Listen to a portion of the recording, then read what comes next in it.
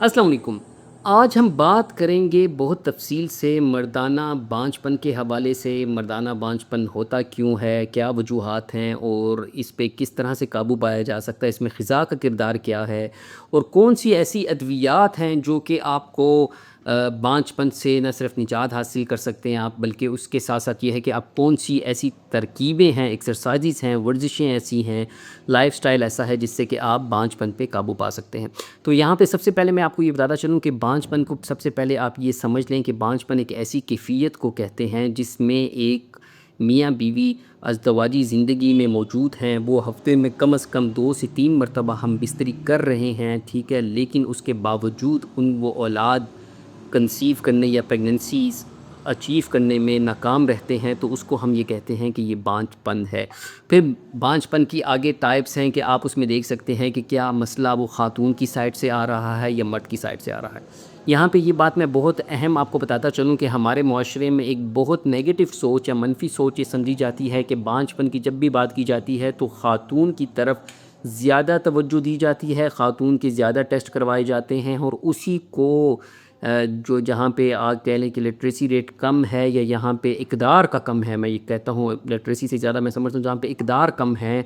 तो वहाँ पे ख़ातून को ज़्यादा मोरद इल्ज़ाम ठहराया जाता है कि बांझपन की वजह ये है। और मैं ऐसे लोगों को, ऐसे पेशेंट हम रोज़ाना की बेसिस पे देखते हैं जिन्होंने 3-3 4-4 शादियाँ की हुई होती हैं औलाद के लिए, लेकिन वो मसला मर्द में होता है, उनकी 3-3 बीवियों से उनकी औलाद नहीं हो रही होती। तो ये बात ज़हन में रखें कि आप कभी भी इस किस्म का स्टेप लेने से पहले अपने सेहत के हवाले से जांच पड़ताल ज़रूर करें। क्या कहीं आप खुद यानी मर्दाना बांझपन का शिकार तो नहीं है। और ये क्यों इस तरह से समझा जाता है, क्योंकि हमारे माशरे में इसको बड़ा नेगेटिव पोर्ट्रेट किया जाता है कि अगर मर्द जिनसी तौर पे कमज़ोर है या उसमें औलाद पैदा करने की सलाहियत किसी वजह से मौजूद नहीं है, तो उसको वो बहुत ज़्यादा एक गैरत की एक कंसेप्ट वहाँ पे मिलता है कि गैरत के नाम पे वो मतलब उसके दोस्त उसका मजाक उड़ाते हैं या वो ख़ुद एम्बेरसमेंट का शिकार हो जाता है, शर्मिंदगी का शिकार हो जाता है। जबकि हकीकत ये है कि ऐसा कुछ भी नहीं है। ठीक है, जिस तरह से आप मैदे के मर्ज़ में मुब्तला होते हैं, किसी जिस्मानी तकलीफ़ में मुब्तला होते हैं, उसी तरीके से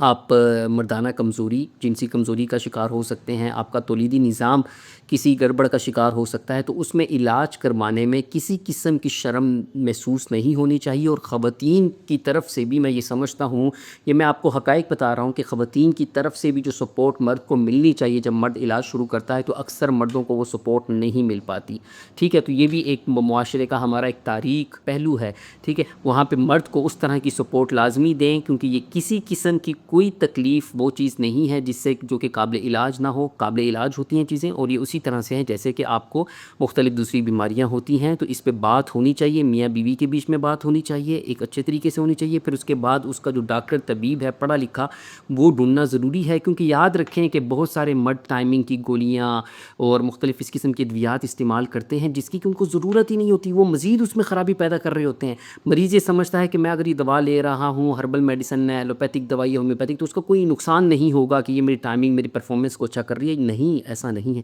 ये इस किस्म की अद्वियात अगर आप बिला ज़रूरत लेते हैं तो यकीनन आपके तौलीदी निज़ाम को, आपके गुर्दों को, आपकी मुख्तलिफ़ चीज़ों को, अगर वो अच्छे तबीब ने या एक अच्छे क्वालिफ़ाइड बंदे ने नहीं लिखे, तो यकीनन आपको नुकसान दे सकती हैं। और हमारे मुल्क में क्वैकरी बहुत ज़्यादा है, ये बात भी आप ज़हन में रखें। ठीक है, तो यहाँ पे मैं ये आता हूँ कि देखिए, स्पर्म की कमी या क्वालिटी या क्वांटिटी कम होने की वजह से बांझपन का आप शिकार होते हैं, तो उसकी मुख्तलिफ़ वजूहात होती हैं, जिसमें आपकी नींद की कमी सबसे पहले है, आपकी ग़िज़ाई कमी मौजूद है, आपकी लाइफ़स्टाइल किस तरह से है, आपका पेशा क्या है। ठीक है, ये सारे के सारे फैक्टर्स अफ़ेक्ट करते हैं कि आपकी स्पर्म की क्वालिटी या क्वांटिटी कॉम्प्रोमाइज़ हो सकती है। ठीक है, इसके साथ फिर आप ये देखते हैं कि इसमें कुछ ग़िज़ाई मामलात ऐसे होते हैं कि अगर आप जंक फूड का ज़्यादा इस्तेमाल कर रहे हैं, तो आपकी जो मतलब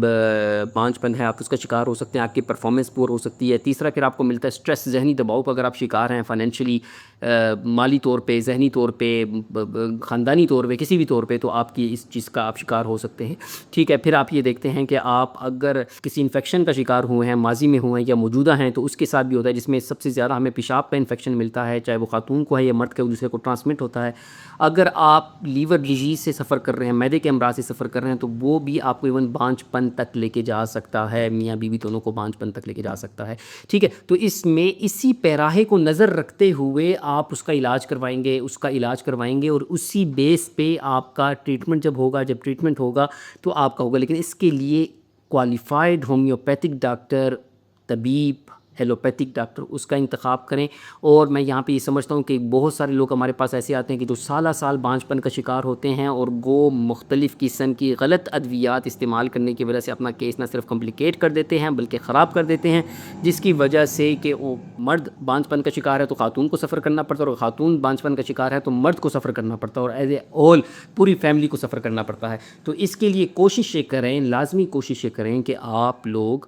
مستند معالج کا انتخاب کریں۔ اگر آپ ہم سے رابطہ کرنا چاہتے ہیں تو دیے گئے نمبر پہ آپ رابطہ کر سکتے ہیں، ہماری ٹیم آپ کی باقاعدہ رہنمائی کرے گی، اور آپ کا ڈائگنوز ہونے کے بعد آپ کو بہترین قسم کی ادویات سہولت کے ساتھ آپ کے گھر کے ایڈریس تک آپ کو بھیجی جائیں گی۔ اور انشاءاللہ اگر آپ آن لائن مشورہ کرنا چاہتے ہیں اور کلینک وزٹ کرنا چاہتے ہیں تو اس کے حوالے سے بھی ٹیم ہماری آپ کی رہنمائی کر دے گی۔ اپنا بہت خیال رکھیے، خوش رہیں، آباد رہیں، آسانیاں بانٹیں ایک دوسروں کے لیے۔ اللہ حافظ۔